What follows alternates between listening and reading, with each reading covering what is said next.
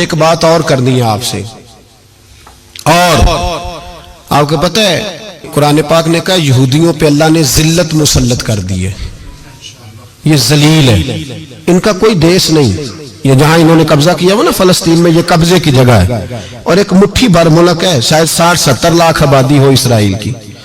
اگر امریکہ اس کی مدد نہ کرے تو اسرائیل قائم نہیں رہ سکتا، اور اس کے گرد 12-14 اسلامی ملک ہیں، جتنی اسرائیل کی کل آبادی ہے اتنے مصر کی صرف فوج ہی فوج ہے، اتنا چھوٹا ملک اور مسلمانوں کو للکارتا ہے۔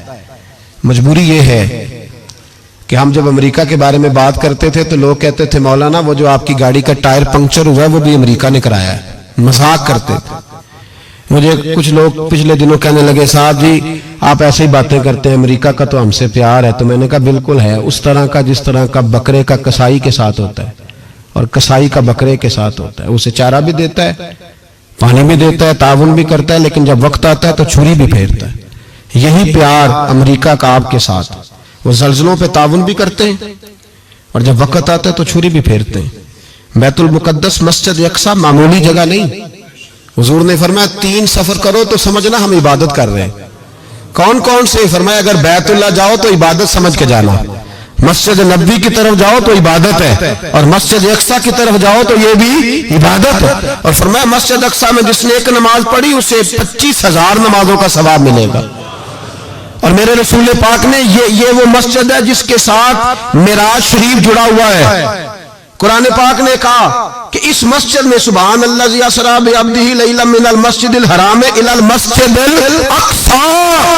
مسلمانوں قرآن کہتا ہے کہ تمہارے معراج کی شان رسول پاک کی مسجد اقصی سے جڑی ہے۔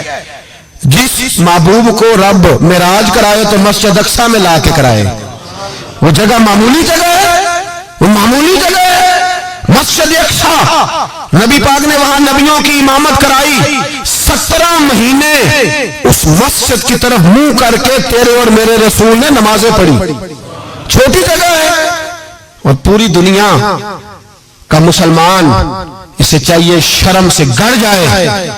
ایک امریکہ کا صدر بول کے کہتا ہے کہ اسرائیل کو اجازت ہے اسے دارالحکومت بنائے، اور مسلمان حکمران بیان دے رہے ہیں ظالموں لٹیروں تم اپنی سیاستیں چمکانے کے لیے پہلے ایک دوسرے کو گالیاں دیتے ہو، پھر اکٹھے بیٹھ جاتے ہو نمبرنگ کرنے کے لیے۔ تم دین کے اس مسئلے میں سارے اکٹھے کیوں نہیں بیٹھے؟ سارے پاکستان کے سیاستدانوں کو، علماء اور مشائخ کو چاہیے تھا ایک پیج پہ اکٹھے ہوتے، اکٹھے بیٹھ کے ایک بیان ہی دے دیتے، ایک بات ہی کر دیتے۔ پھر میرا سلوٹ ہے ترکی کے صدر کو، پھر میرا سلوٹ ہے ترکی کے صدر کو۔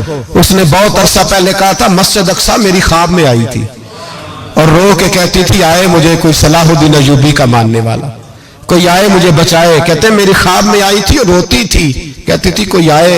اور ایک شاعر نے کہا مسجد اقصی نبی پاک کو بھی بلاتی ہے، کہتی ہے ایک بار پھر طیبہ فلسطین میں آ، راستہ دیکھتی ہے پھر مسجد اقصی تیرا، ایک بار پھر سے طیبہ سے فلسطین میں آ، راستہ دیکھتی ہے پھر مسجد اقصی تیرا۔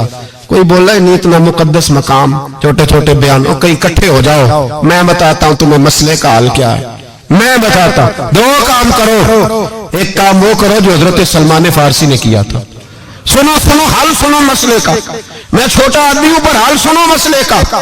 زندگی میں ایک کام مسلمان کر لے، جٹ بن کے، بھٹ بن کے، رائی بن کے، پاکستانی، مصری، سعودی بن کے بڑا جی لیا۔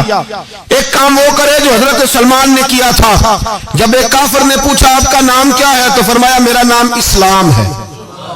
بولیے سارے میرا نام، کہا تمہارے باپ کا نام؟ فرمایا اسلام۔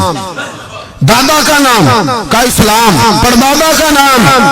بازو تیرا توحید کی قوت سے قوی ہے، اسلام تیرا دیس ہے تو مصطفی ہے۔ ایک کام وہ کرو جو حضرت سلمان نے کیا تھا۔ کافر جب پوچھے تو کہو ہم سارے اسلام ہیں، ہم سارے کیا ہیں؟ ہم پہلے مسلمان ہیں، باقی بعد میں کچھ اور چیز۔ دوسرا کام وہ کرو جو حضرت امیر معاویہ نے کیا تھا۔ سن لو یہ حال ہے اس مسئلے کا، سنو۔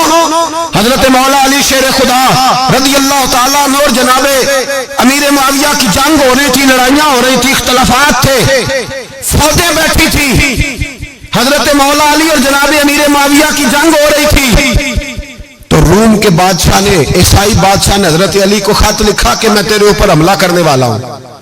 خط لکھا نا حضرت علی کو، تو جواب حضرت امیر معاویہ نے دیا. چاہیے تھا نا مولا علی جواب دیتے، حضرت امیر معاویہ بولے اور بول کے کہنے لگے، اور روم کے کتے، ہم گھر میں جتنا مرضی لڑے، یہ نہ سمجھنا تو علی پہ حملہ کرے گا تو میں تماشا دیکھوں گا. فرمایا تو علی پہ حملہ کر تو صحیح، علی سپہ سالار ہوگا اور امیر معاویہ اس کا سپاہی ہوگا. گھر میں جتنا مرضی لڑے پر رسول اللہ کے نام پہ ہم اکٹھے ہو جایا کرتے. یہ رسول اللہ کا دین ہے، اس پہ ہم اکٹھے ہیں، یکجان ہیں. فرمایا علی سپہ سالار ہوگا اور امیر معاویہ سپاہی ہوگا، اکٹھے نکلیں گے اور کفر کو بتائیں گے کہ اگر تم مسلمانوں کی طرف دیکھو گے پھر ہم یکجان ہیں، پھر ہم بولیے پھر ہم گنبد خضرا کے سائے تلے ایک ہیں، ایک ہیں، ایک تھے اور ایک رہیں گے. اس لیے یہ دو کام اگر مسلمان کرے، دو کام ٹھیک ہے، اختلاف ہو گئے، بڑا کچھ ہو گیا، لیکن ان سے کہیں کہ جب تم آؤ گے تو پھر ہمیں علیحدہ نہیں پاؤ گے، پھر ہمیں تم اکٹھے پاؤ گے، اکٹھے میدان میں نکلیں گے. اور کوئی اتنی لمبی چوڑی بات نہیں، میں کیا کروں، میرا تو آئیڈیل بنتا جا رہا ہے طیب اردگان. عجیب بات ہے نا کہ اس کے پاس ایٹمی طاقت آپ سے کمزور ہے، آپ کی تگڑی ہے. اس کے پاس جو فوجی طاقتیں ہیں وہ اپنی جگہ پر، آپ کی فوجی طاقتوں کا لوہا مانتی ہے دنیا. لیکن پھر مجھے کہنے دو نا، میدان میں بندہ ایٹمی طاقت سے نہیں لڑتا، ایمان کی قوت سے لڑتا ہے. بول اٹھا ہے نا، کیا کر لیا اس نے اپنی پارلیمنٹ سے خطاب کیا ہے، مطالبہ ہے، علماء سے گزارش ہے، مشائخ سے گزارش ہے، ہر مکتبہ فکر کے آدمی سے گزارش ہے، علماء اور سیاستدانوں سے اپیل ہے کہ پارلیمنٹ کا مشترکہ اجلاس بلائیں، مشترکہ، اس میں ہر سیاسی جماعت کا لیڈر بیٹھے اور اکٹھے بیٹھ کے ان کو یہ میسج دے کہ بازو تیرا توحید کی قوت سے قوی ہے، اسلام تیرا دیش ہے، تو مصطفی. اور ان کو بتائیں کہ ہزاروں قومیں وجود میں آئیں، دہر میں خشک و تر کے رشتے سے ہم نے بنیاد دوستی رکھی، یاد خیر البشر کے رشتے سے.